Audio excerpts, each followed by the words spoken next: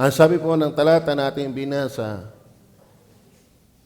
at kung siya'y pumarito, ang banal na espiritu po yan, He will reprove the world. The word reprove. Alam niyo po ang salita pong reprove ay, ibig sabihin po niyan ay to compute. Admonis, paalalahanan, convict, kumbinsihin, sabihin yung mali, tell a fault, rebuke, sawayin, reprove. So ang ating pag-uusapan, yung sinasalitang reprove, yamang ito po ay pagpapaalala, pagsumbat, pangungumbinsi, o pagsasabi ng mali, pagsaway. Yan pong pagpapaalala o pagsaway, pagkumbinsi, o pagsasabi ng mali, pagsaway, yan po ay kayang-kayang gawin ng Diyos. Ang Diyos po hindi yan nangingimi na sabihin yung mali. At hindi rin naman nangingiming sabihin yung tama. Amen? So ang ating pag-uusapan, God is able to convict.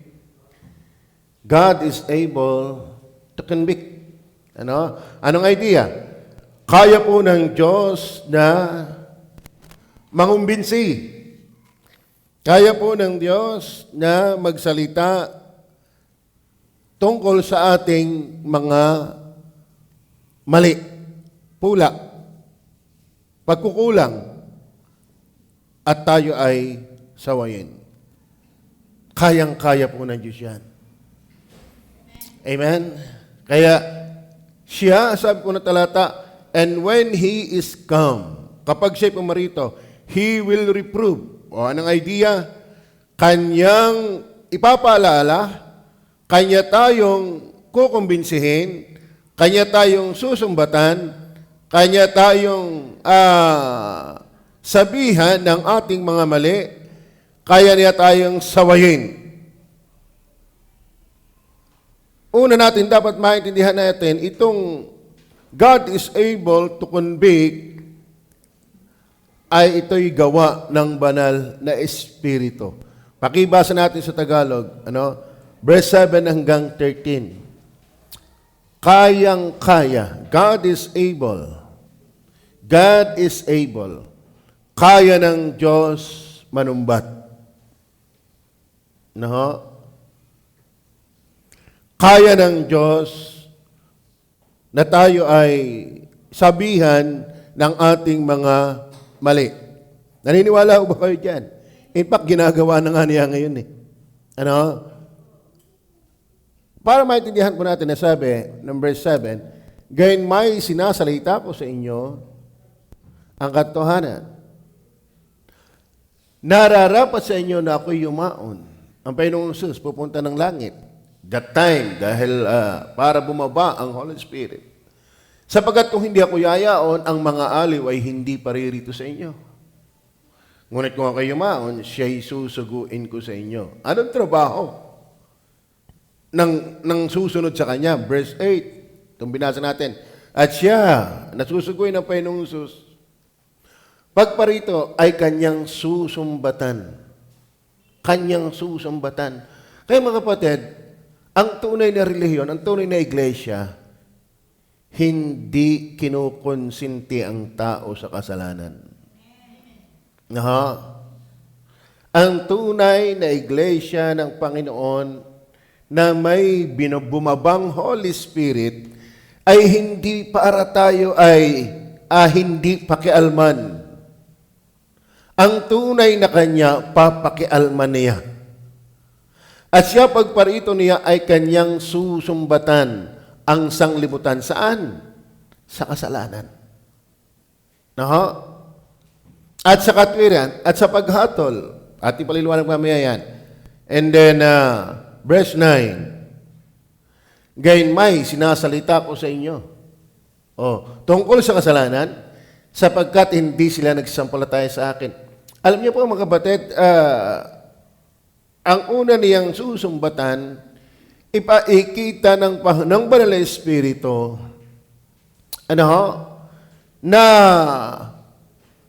hindi maganda, hindi kalugod-lugod sa Diyos, na ang Panginoong Yesus ay hindi sampalatayanan. Tanyo ha, tungkol sa kasalanan, sapagkat hindi sila nagsisampalataya sa akin. Alam niyo ba, ang lalim na yan, igarne, dadalariitin ng Holy Spirit kung bakit ang tao ay hindi nananampalataya kay Kristo, ay gusto niyang ibaon ng malalim sa kabatiran ng tao kung ganong kasama ang pagiging makasalanan sa hindi pananampalataya kay Kristo. Naintindihan niyo ba yan? Oo. Alam niyo ba, ang Banal na Espiritu ay may pakay. Kung bakit siya dinala o sinugo ng Holy Spirit, ang liwanag to reprove. That means to convict,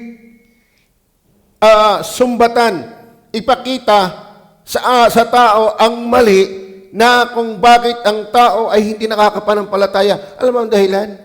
Ang tao sa pagiging makasalanan talagang walang malalim, walang mataas, walang malawak, walang makatotohanang interes sa Panginoon. Yan ang realidad ng tao sa pagiging makasalanan. Ayun eh. Ating samahan ng kaunti sa John chapter 3 verse 19. Tingnan niyo. Ating lang. Ito yung ipamumukha. Ang tao, bakit hindi manampalataya? Bakit? Ang tao na may hindi wili sa usaping Panginoong Yesus. Naniniwala ba kayo dyan? Ang tao ay hindi wili, ang tao ay hindi excited, ang tao ay hindi nakahilig talaga sa Panginoon. At ito ang kahatulan. Nanaparito ang ilaw sa sanglibutan. Kasi narito siya para hatulan. Mamaya makikita pa natin doon. At inibig pa ng tao ang kadiliman kaysa ilaw. Sapagkat masasama ang kanilang mga gawa. Alam niyo po, ang Holy Spirit is able to convict. Ano ang kanyang sumbat? Balik tayo sa John chapter 16. Verse ano na yan? Ano yan? Tungkol sa katwiran, sapagkat, yung kanina, and tungkol sa katwiran, sapagkat ako'y paruron sa ama at hindi ninyo makikita. Okay, hindi yun. Yung he will reprove sin, ano? So, susumbatan niya ang Holy Spirit at kaya niya. Dalawa po yan eh. Mamaya makukuha din naman eh. Yun nga hirap dito yan. No? Nagsusumapaw ang aking utak. Ang Holy Spirit, mga kapatid, ay para madala ang tao kay Kristo, ipaikita muna niya kung gaanong kamiserable ang naging buhay ng tao sa kasalanan. At doon sa hindi maikita yon, ipamumukha din naman ng Holy Spirit sa kanila na hindi talaga ang Diyos nalulugod sa mga taong hindi nagsisasampalataya sa Panginoong Hesus. Naintindihan niyo ba yan? Bakit?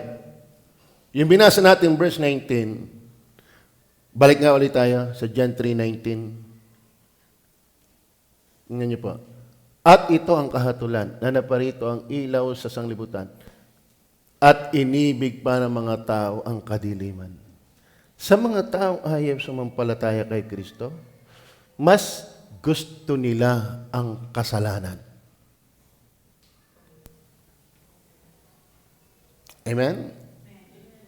Yan yun. Kaya nga, siya'y naparito para ipagdildilan upang ang tawag nyo doon, dalariiting, isuksok sa budhi ng tao na ang ayaw manampalataya kay Kristo, mas masaya sa dyablo. Are you with me? Yan ang realidad. Yan ang realidad. Ayaw ng tao niyan, pero ang Diyos ang nag-i-expose niyan. Kaya ng Holy Spirit yan. Ano? God is able to convict you. Ano? Ano ang ipaikita ng Holy Spirit? Doon sa ating binasa, verse sabi dyan, ituloy nga natin yung, verse 9 na ba yan? Verse 9. Tungkol sa kasalanan yan, sapagkat hindi sila nagsisampalataya sa akin. Hindi sila nagsisampalataya sa akin. Ipamumukha ng Holy Spirit yung ugat kung bakit ang mga tao hindi nagsisampalataya. Amen. Bakit? Hamak si Jesus sa mga taong hindi nananampalataya sa Kanya. At ang tao po ay tungkol sa kasalanan sapagkat hindi sila nagsampalataya sa Kanya. Yung binasa natin 3:19, na parito ang ilaw, ngunit inibig pa ng taong kadiliman sapagkat masasama ang kanilang mga gawa. At itutuloy pa natin yan. Verse 20 yata yan. Tingnan natin nga. Hindi ko na napapatulan yung ibang mga talatang inilagay ko din eh. Sapagkat ang bawat isa na gumagawa ng masama ay napupuot sa ilaw. So, ibig sabihin, ang isusumbat ng Holy Spirit, and God is able to do that, ipamumukha ng Holy Spirit kung bakit ka hindi nananampalataya, ay galit ka kay Kristo. Ang tao pa naman, akala mo, maka-Diyos. Kasi ganyan tayo kababaw sumilip. Hindi katulad ng Holy Spirit.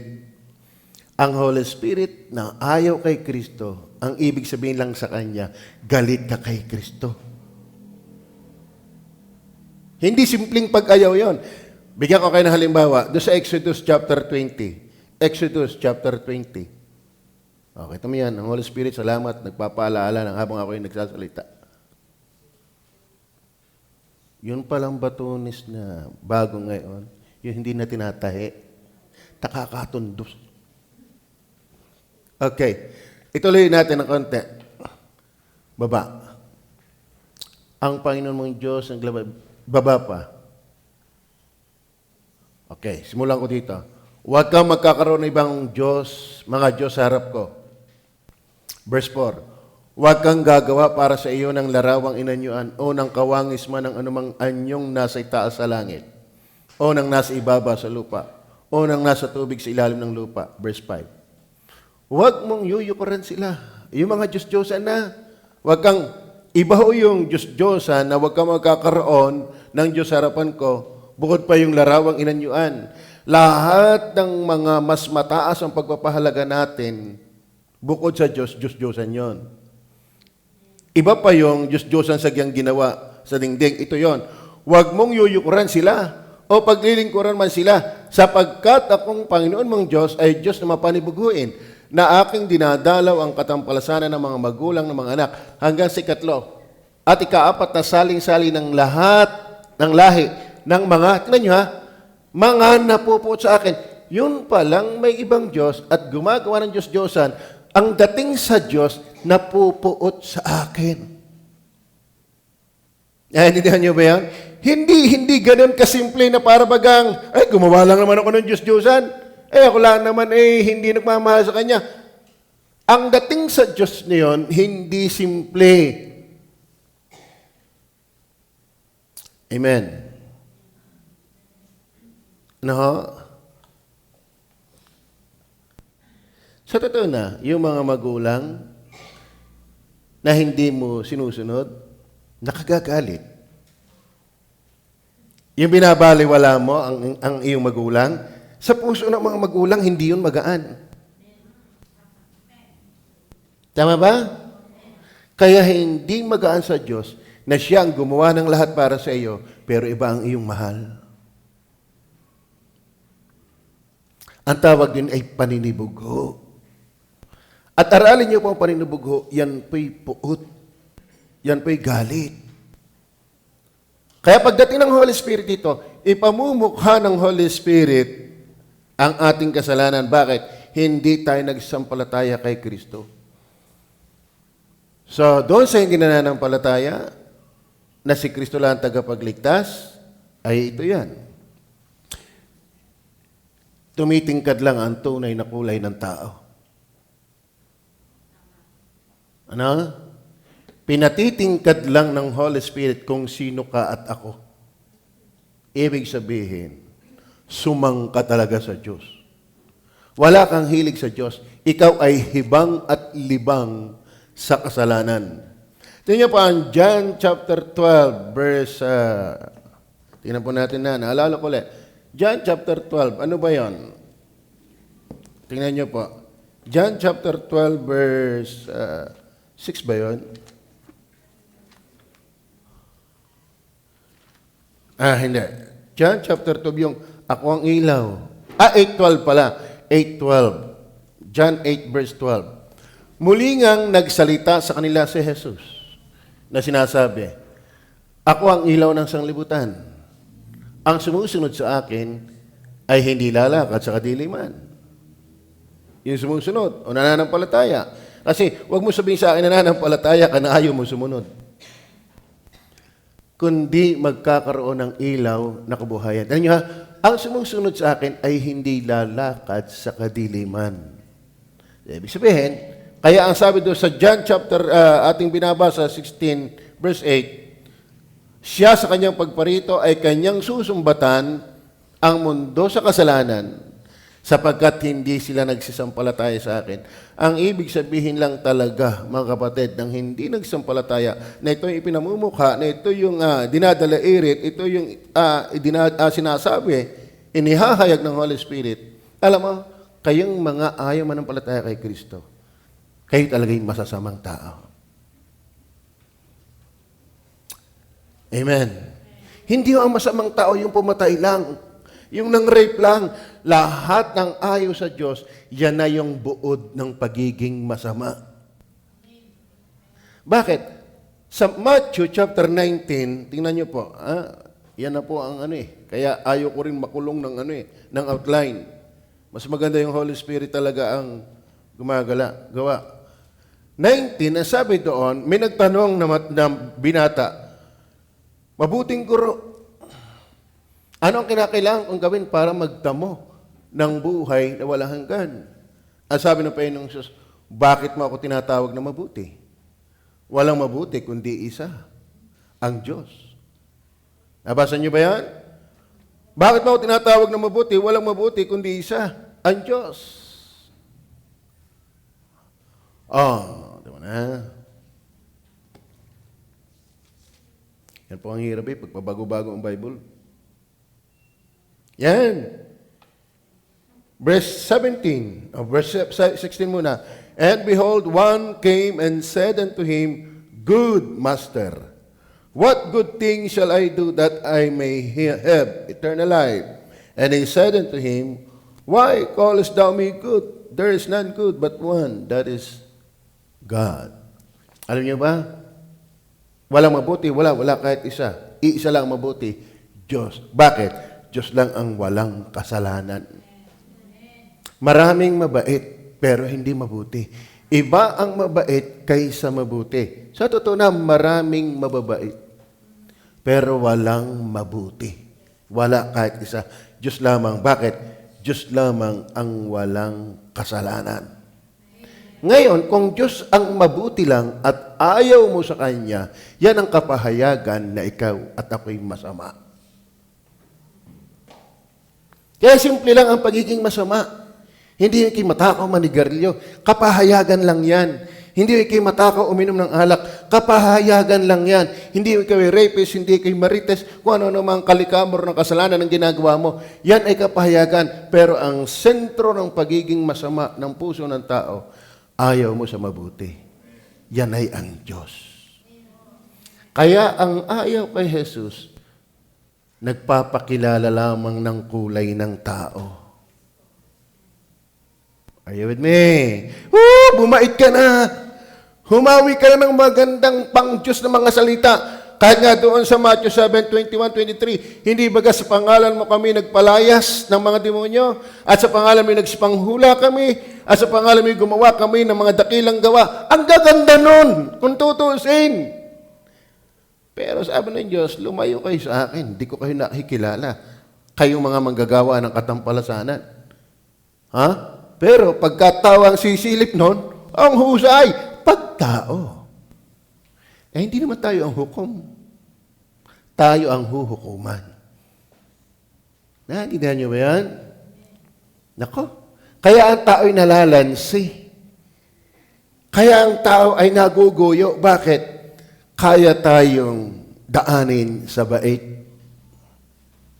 Pero ang Diyos, talastas ang puso. Kaya ang Holy Spirit, God is able to convict you. At actually, ang Diyos lang ang kayang magpamuka sa atin ng tunay nating pagkatao. Klaro? No? Kasi marami pong mga ngaral. Sasabihin like makasalanan. Pero ang Holy Spirit, i-expose yan. Lahat ng hindi mananampalataya kay Kristo, ini-expose ng Holy Spirit kung sino ang taong yun. Amen. Ito pang maganda, alaala uli sa akin ng Holy Spirit. John chapter 2. Salamat sa mga nagpipray, pero wag ngayon. Ano?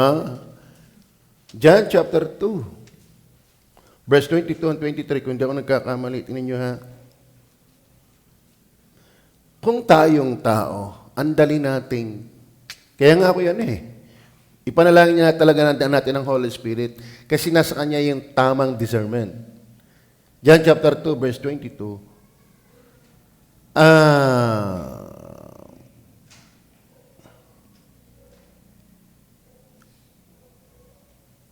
Okay, verse 23 and 24. Hanggang 25. Now when he was in Jerusalem at the Passover, in the feast day, many believe in His name. Many believe in His name. Di ba yun ang gustong-gusto natin? May ma-report agad, ang dami nag-profess, ang daming tumanggap, ang daming nagtaas ng kamay. Sarap namang sabihin. Pero sabi ng Bible, now when he was in Jerusalem at the Passover in the feast day, many believe in His name. Di ka dyan tayo parang katal na katal. Ano? Yung parang tayo ay alim na alim. Ang dami nag-profess. Ang dami nagtaas ng kamay. Ang daming sumabay sa panalangin. Now, when he was in Jerusalem at the Passover in the feast day, many believed in His name when they saw the miracles which He did. Verse 24. But Jesus did not commit Himself unto them. Why? Because He knew all men. Ano po ang kaya lang mag-convict, ang mag-expose kung sino ang tao? Holy Spirit. Tayo, madali tayo mag-uyo. Kaya nga, dali natin mag-baptize Yeah? Mayroon namang husgahan nyo kung ligtas o hindi. Pero time will tell. Tama ba? Time will tell. Merong active na active nung hindi pa nababautismuhan. Abay, nung mabautismuhan, wala na Magaling pa na hindi nabautismuhan na ate. Totoo yan. Totoo yan. So, ang una kong ibig sabihin sa inyo mga kapatid, God is able to convict you. This is the work of the Holy Spirit. The God na ating sinasabi, who is able to convict us, is the Holy Spirit. Bakit? Susumbatan niya ang mundo sa kasalanan sapagkat hindi sila nagsampalataya kay Kristo. Ibig sabihin, may idinidi ng Holy Spirit, may isinisiwalat ng Holy Spirit, bakit hindi ka nanampalataya? Amen?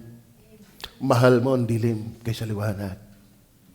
At saka kaya ka naman nananampalataya dahil may mirakulo. Yung kan may kikumain ng tinapay. Oo. But Jesus did not commit Himself unto them because He knew all men. Verse 25. And needed not that any should testify of men, for He knew what was in man.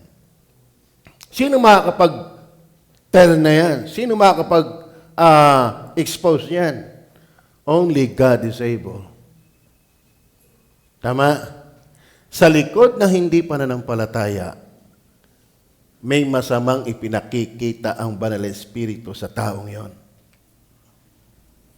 Pero sa likod naman ng pananampalataya, hindi lang Holy Spirit ang nakakita ng kasama niya, nakita rin ng nanampalataya na siya'y helpless at miserable, kaya lumapit kay Jesus. Yan. At kung hindi ganyan, hindi natin kayang kumbinsihin ng Panginoon. Dahil siya lamang ang able. So are you with me?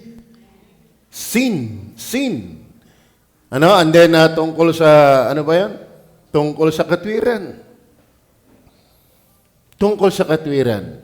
Babanatan niya ang tao tungkol sa katwiran. Alam niyo po mga kapatid, labas kay Kristo, hindi ka na pwedeng maging matuwid. Labas kay Kristo, hindi ka na pwedeng maging matuwid. Walang matuwid, wala kahit isa. Pero sabi ng 1 Corinthians chapter 1 verse 30, si Kristo ang ating katwiran. Kung ikaw ay na kay Kristo, si Kristo ang ating katwiran, kabanalan, karunungan at katubusan. Colossians chapter 2 verse 10, we are complete in Christ. Lahat ng hinihingi ng Ama na hindi natin kayang ibigay, anak lang ang nagbigay. Kaya kung tayo na kay Kristo, lahat ng hinihingi ng Ama sa atin, naibigay natin dahil ni Kristo. Ngayon, ayawan mo si Kristo na parito ang Holy Spirit sa iyo. Para pamukha sa iyo, di mo kaya maging matuwid, hiwalay kay Kristo. Then judgment. So number 2 na, tayo. Nakita ko na yung speaker natin. Number 1, work of the Holy Spirit. God is able to convict. Then number 2, sinong iko-convict? Ang sabi diyan, number 2, basahin natin ng verse 8. Verse 8. And when He is come, He will reprove the world. So not only work of the Holy Spirit, number 2, world, the scope. Ano ba ang scope, ang saklaw, ang sakop ng gagawing pag-convince, pagdadalairit, pagsasalita, pagsaway ng Banal na Espiritu ay sa buong mundo. Amen? Sabi po ng talata, and when He is come, He will reprove the world. The world. Ano yung susumbat sa kanila? Kasalanan, katwiran, at kahatulan. So ang saklaw pala ng God is able to convict is the world. Bakit? Tingnan po ang sabi. Ang pagsumbat ng Banal na Espiritu ay hindi lang sa bansang Hudyo. The Jewish nation first, and afterwards the Gentile world, for His influences shall not be confined to one people, place, or time. Hindi mo kayang ikulong ang Holy Spirit sa isang bansa lang. Kung hindi ka umimik, God is Able Baptist Church, born again ang iingay. Kaya nakakalungkot, kapag hindi ka umimik, may gagamitin pa rin ng Diyos. Sayang yung privilege natin na hindi tayo nagpapagamit sa Kanya. Hindi kayang ipako, hindi kayang paltaknan, hindi kayang igapos ang kapangyarihan ng Holy Spirit. Susumbat at susumbat yan. Opo. Kaya nga po, ang sabi po ng talata, tingnan niyo po, Acts 1:8. Alam na lang po natin yung Acts 1:8. Dapat tatanggapin ninyo ang kapangyarihan pagdating sa inyo ng Espiritu Santo. Ano niyo po, yung kapangyarihan yan, hindi yan anting-anting. Hindi lalong anting sa gigil yan. Yan po ang isang paggamit ay kayo'y magiging mga saksi ko sa Jerusalem at sa buong Judea at sa Maria at hanggang sa kahuli-hulihang hanggang lupa. Bakit? Ang kanyang susumbatan ay world. Ang kanyang gusto mapabutan ng pangangaral ay world, hindi Israel lang. Amen? Salamat, nakarating ang alam mo, Ang Holy Spirit talagang nagamit ng instrument eh. No? Kaya nga, faith cometh by hearing. And hearing is by hearing the word of God. So, kaya tayo nangangaral, kaya tayo ay namimigay ng pulyeto, kaya tayo ay gumagawa ng mga verses araw-araw. Bakit? Yan ang ginagamit na tools ng Holy Spirit na makarating sa mga tao para sumbatan. Kaya wag ko kayong pumunta dito na para kayong i-entertain. Ano ho? Hindi. Tayo narito lagi para ituwid ng banal na Espiritu. Kung ikaw ay unsaved, kami natutuwang ikaw ay naandito sa aming mga bisita. Masaya kami. Amen? Palakpakan natin mga bisita. Pero wag niyo pong mamasamain at wag niyo mamamali. Ba't ka kayo inanyayahan dito para laang sermonan yata? Ba't ka kayo inanyayahan dito para yata ako ay hiyain? No, hindi. Anya po sabi ng kasabihan, sinampal ko muna bago ko inalok. Ano tawag doon? Talong. Ano? Sinampal ko muna bago ko inalok. Ano tawag doon? Sampalok. Alam mo, ganyan ang Holy Spirit. Hihiyain muna niya tayo bago niya tayo aliwin. Ipaikita muna niya ang dilim para ma-appreciate mo ang liwanag. Parang sa sugat na malaki, lalanggasin muna niyan. At habang nilalanggas, ang sakit niyan, pero doon kagagaling. Sagyang ang salita ng Diyos, nakakasakit. Pero ito yung tatagpas ng ating mga kasalanan. Ngayon, sa ayaw magpatagpas sa kanyang kasalanan, ay di masaya nga sa kasalanan. Mas masaya sa dilim. Mas masaya sa buhay, sa alipin ni Satanas. Okay, maliwanag ko ba? So, sabi diyan, data po at tatanggapin ninyo ang kapangyarihan pagdating sa inyo ng Espiritu Santo. At kayo magiging mga saksi ko sa Jerusalem, at sa buong Judea at sa Maria, at hanggang sa kahuli-huli ang hanggang lupa. Bakit? Ang sabi ng ating text, and when He is come, He will reprove the world. So, now, not only work of the Holy Spirit, but world, the scope. God is able to convict even the whole world. Amen? Kaso lang nagamit talaga siya ng instrumento. The world. Okay. Matthew 28:18 hanggang 20. Kaya tayo mga Kristiyano, wag ho tayong hindi masunurin sa Panginoon. Magpagamit tayo. At lumapit siya sa kanila at sa kanya sinabi ng usap at sinasabi, ang lahat ng kapamahalaan sa langit at sa ibabaw ng lupa ay naibigay na sa akin. Dahil dito'y magsiyaan nga kayo. At gawin nga ninyong alagad ang lahat ng mga bansa. Hindi yan nakapaltak lang sa Israel, sa Pilipinas, sa Hapon. Ang pakay ng misyon ng Holy Spirit na humalili sa sa Panginoong Jesus is to reprove the world. Amen. Amen. Okay. Ang sabi diyan, at gawin ninyong mga alagad ang lahat ng mga bansa. Na sila inyong bautismuhan. Pero mga batid, tayo po ay nagbabautismo doon muna sa mga naging alagad muna, naging ligtas. Itong ligtas. Sa pangalan ng Ama, Anak, at ng Espiritu Santo. So number 1, work of the Holy Spirit. Then number 2, word, the scope. Then number 3, the last, weight. Weight of conviction. Weight of conviction. Verse 8, ang sabi niyan, and when He is come, He will reprove the world of sin, and of righteousness, and of judgment. Sin, sabi doon sa verse, 9, dahil hindi sila nagsampalataya. Tungkol sa kasalanan, sapagkat hindi sila nagsampalataya sa akin. Ang nais ko pong puntuhin dito sa weight. Mabigat po yan mga kapatid. Very forceful ang convicting work of the Holy Spirit. Pero, May bibigay po ako sa inyo mga talata na ito na may napapahinggan nyo na. Unang weight, bigat ng convicting work of the Holy Spirit na positibo ay ito. Sa Acts chapter 2, verse 37 to 39. Nang marinig nga nila ito, ay nangasaktan ng kanilang puso. At sinabi kay Pedro sa ibang mga apostol, mga kapatid, anong gagawin namin? Very forceful, very powerful, mga kapatid. Ang pangumbinsi, pangunbik, pagsasalita ng Holy Spirit, panggigiyagis, pampabagabag, panghihiya sa kasalanan. Na sa iba, ang bigat nito ay nagdadala sa pagsisisi. Amen.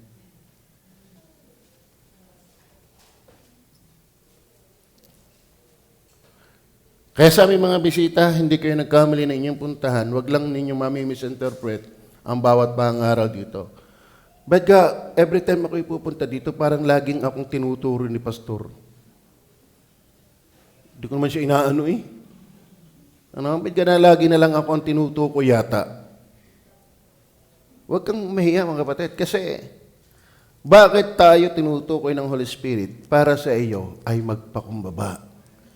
Isa sa weight, isa sa bigat, isa sa force ng Holy Spirit ay para, sa totoo na, lahat naman tayo ay na-address ng Word of God. Tama ba? Kayo ba'y na-address? Pero ang maganda saan ang mangyari, sabi, nang marinig nga nila ito, ay nangasaktan. Kayo ba'y nasasaktan din? Kayo ba'y nasasaktan din? Wala lang. Kaya ko yan. Very professional. Kaya ko yan. Nasa nagdadala lang yan. Mas nakakatakot ka kung kaya mong dalhin ang bigat. Mas nakakatakot yan. Ang pakay ng Holy Spirit sa kanyang gustong iligtas, hahapakin tayo.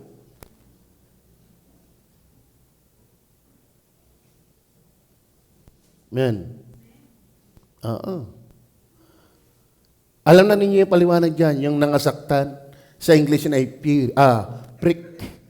Pero sa Grego ay katanoso, ang ibig sabihin ay pierce, tuhog. Tuhog. Baong. Lagusan. Ano ba, ang cross reference niyan ay ginamit doon sa prophecy na si Kristo ay sinibad sa tagiliran, pinagtag-usan ng sibat ang kanyang tagiliran. Yan ang cross reference na ginamit yan. Ibig sabihin, ang salita ng Diyos talagang tumutuhog yan. Pero kapag ang tao ay tinutuhog, dadalhin ka niya sa kapakumbabaan, anong gagawin namin? Hindi yung ikaw ay aalis ng galit. Are you with me? Ang Holy Spirit, may weight yan, may force yan, may power yan. Talagang tumutuhog yan. Pero ang pinakamagandang dating ng kapangyarihan ng Holy Spirit ay yung matapos kang tuhugin, anong gagawin namin? Hindi yung sa susunod, hindi na ako a-attend. Alin ka doon? Amen? Alam natin yan, katanoso. Parang sirang plaka na ako dyan. Ano? Pag katanoso, ikaw ay tinuhog, nasaktan ka, pero hindi ka makaalis. Kasi tuhog ka nga eh. Ako, hindi lang namamana.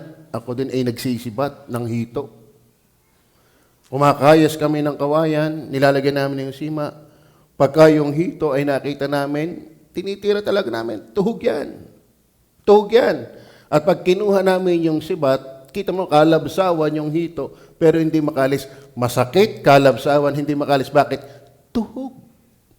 Alam niyo po, ang convincing o yung tinatawag na convicting work of the Holy Spirit, God is able to convict you. Pero merong iba't ibang tugod yan. Kinuha ko muna yung Acts. Ikaw ba'y kabilang doon sa nasaktan, pero hindi ka makalaban?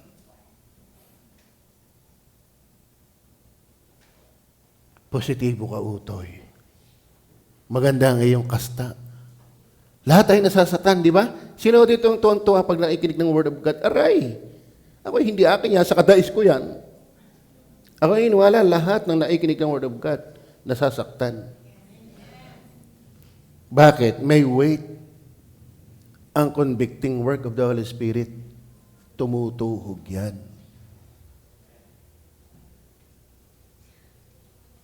Pero hindi ka makalaban.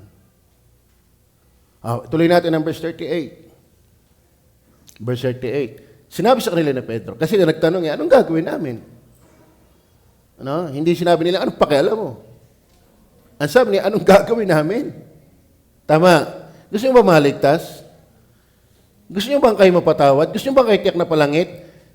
Alam niyo, hindi ka pupunta ng langit hanggat hindi mo nararanasan yung convicting work. Anong gagawin ng Holy Spirit? Ipamumukha sa atin ang ating maruming buhay. Ipamumukha sa atin ng Holy Spirit ang ating kinahihibangan at kinahuhumalingan ay hindi Diyos. Ipakikita sa atin ng Holy Spirit ang pagiging miserable nating buhay. Ngayon, kung nakita mo ikaw'y makasalanan pero hindi mo naramdaman na ikaw'y malungkot, wala kang pag-asa,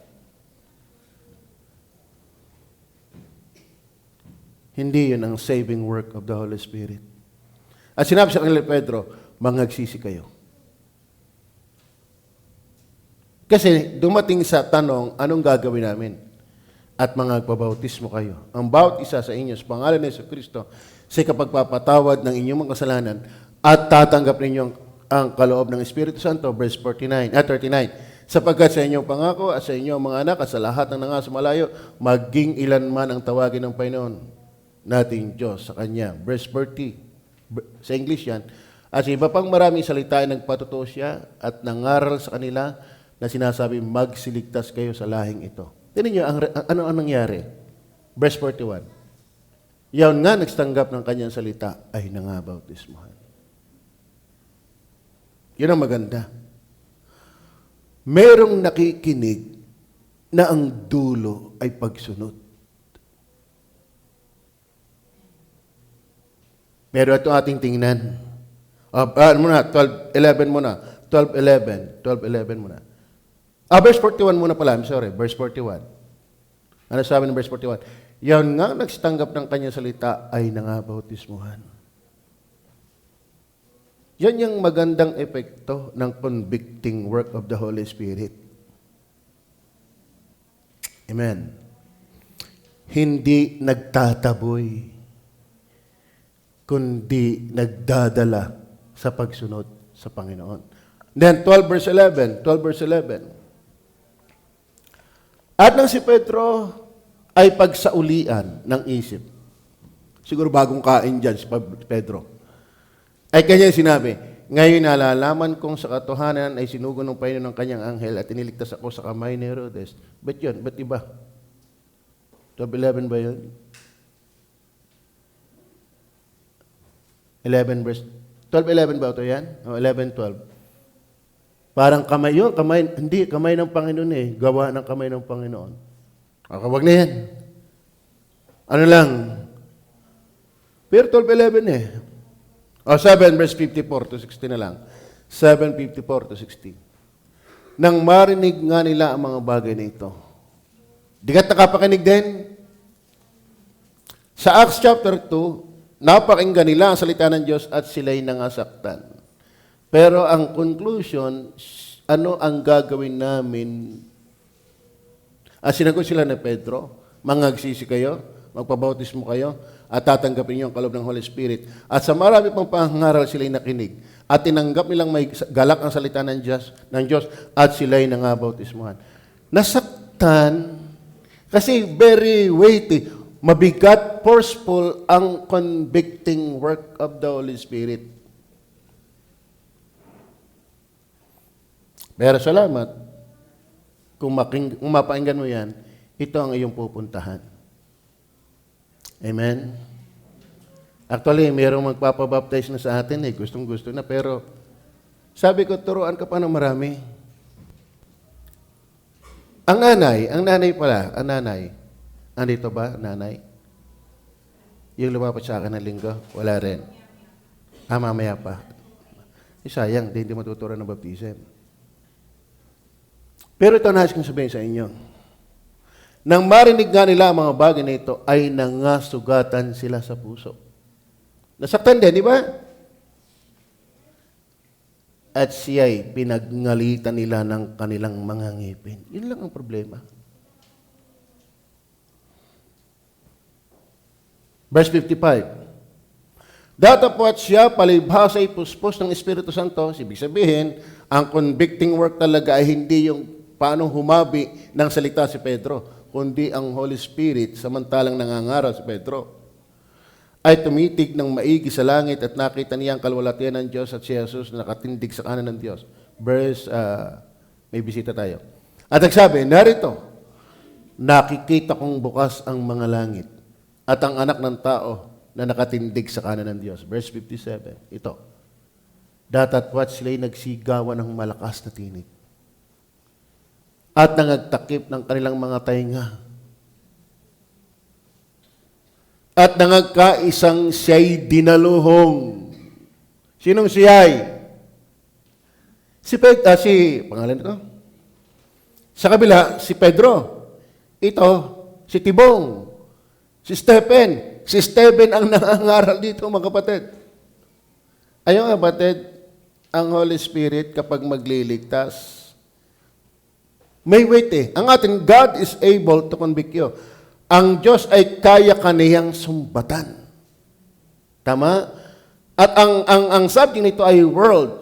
Pero yung weight, yung influence, yung impact nito sa tao, may dalawa. Isang pinayuyuko at isang lumalaban. Ibig sabihin, we cannot ignore the convicting work of the Holy Spirit. Kaso lang yung response, dalawa. Ang pupunta sa langit, yung Acts chapter 2, verse 37 hanggang, 41. Pero ito hindi. Kaya ba yung iniwala? Kaya ba yung iniwalang marami tao na ikinig? Pag isiniwalat ng kasalanan, galit sa mga mangangaral. Amen. Wag na yung mga hindi pa ligtas eh. Yung mga nagsasabing ligtas na, parang may gayon din eh. Oo. Nako, hindi ako kakaninang Kristiyano. 1986 pa ako eh. Ang punto lang natin, kayang-kaya ng Holy Spirit manumbat. Tama. Kaya kayo masaya pag kayo sinasaway? Kaya ba'y masaya pag kayo tinutuwid? O gusto mo nang umalis? Mula ngayon, goodbye, palo-palo. Reality yan. Reality yan. Kaya nga salamat kung ikaw, bagaman nasasaktan, ay pabalik-balik pa. Bakit? Natuhog ka talaga. Natuhog ko talaga. Masakit, pero hindi ka makalis. Bakit? Totoo eh. Ang lalim ng dating ng Holy Spirit sa iyo. Makatotohanan. At saka maganda, ang Holy Spirit, kapag gumagawa, bagaman mapait ang salita ng Diyos, habang natagal yan, inatamis, sabi ni Jeremiah. Sa simula ay mapait. Pero bakit pag natagal ay inatamis? Yan ang biyaya. Pero kapag ito ang tao, nako, nakakalungkot. Naintindihan niyo ba? Naintindihan niyo ba? Well, hindi ito akin na. Hindi ako namamaratang, hindi ako nagpapasaring, hindi ako nagpaparinig. Yan.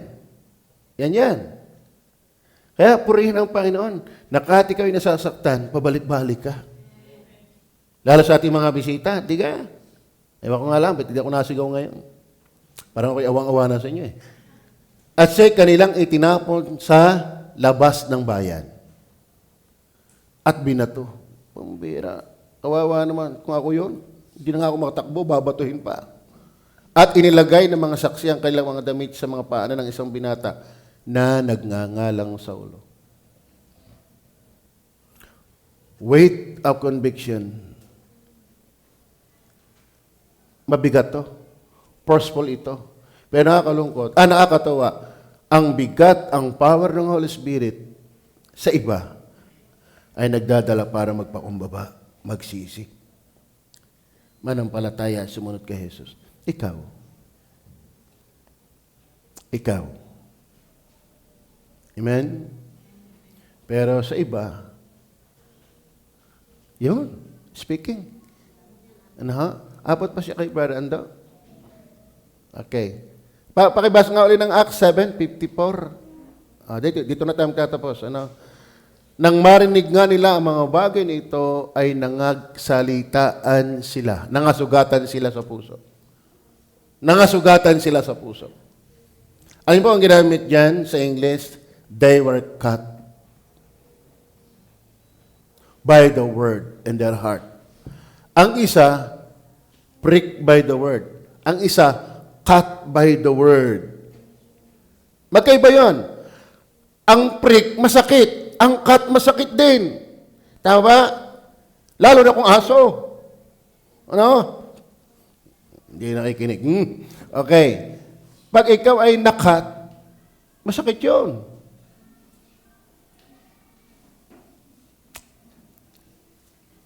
Tama ba? Masakit yun. Sino dito ang magaling mag-nail cutter? Pati tagiliran hini-nail cutter. Sa kuko yun, kaya nga nail cutter. Hindi sa balat. Pero mga kapatid, pag nadala ang laman, ano sakit? Alam niyo, maraming tao, nasaktan lang, pero alpas. Pero ang maganda, kapag ikaw ay prick, ikaw ay tuhog na nasaktan. So yun po, iko-convict tayo ng Holy Spirit, pero ako po naniniwala talagang merong inililigtas ang Diyos sa kanyang conviction. Merong lalo lamang nagagalit sa Diyos. The more na-expose mo ang kasalanan, kapag hindi talaga tinug ng Holy Spirit yan, nagagalit lamang lalo sa Diyos.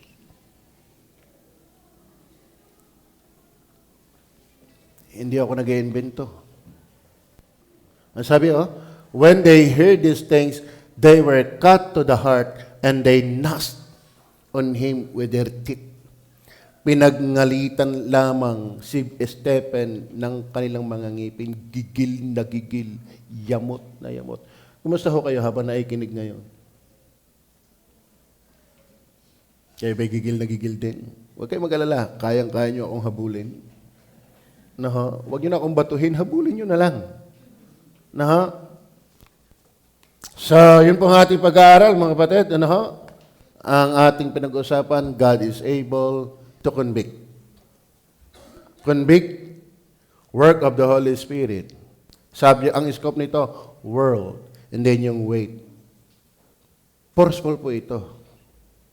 Pero ang magandang resulta doon sa ibang nakinig, anong gagawin namin? Yung isa, nagalit at pinatay si Stephen. So, bagaman may positive and negative, we cannot deny the convicting work of the Holy Spirit. Tayo po mag-pray. Panginoon Diyos sa langit, salamat po na marami na kami po ay nakapag-aral ng iyong mga salita. Salamat sa mga dumating, mga dumarating pa. Tulungan niyo po kami na kami ay talagang ang salita mo ay tumutuhog. Patuloy na itong nanunuot. Patuloy itong nagbibigay ng kanyang tibo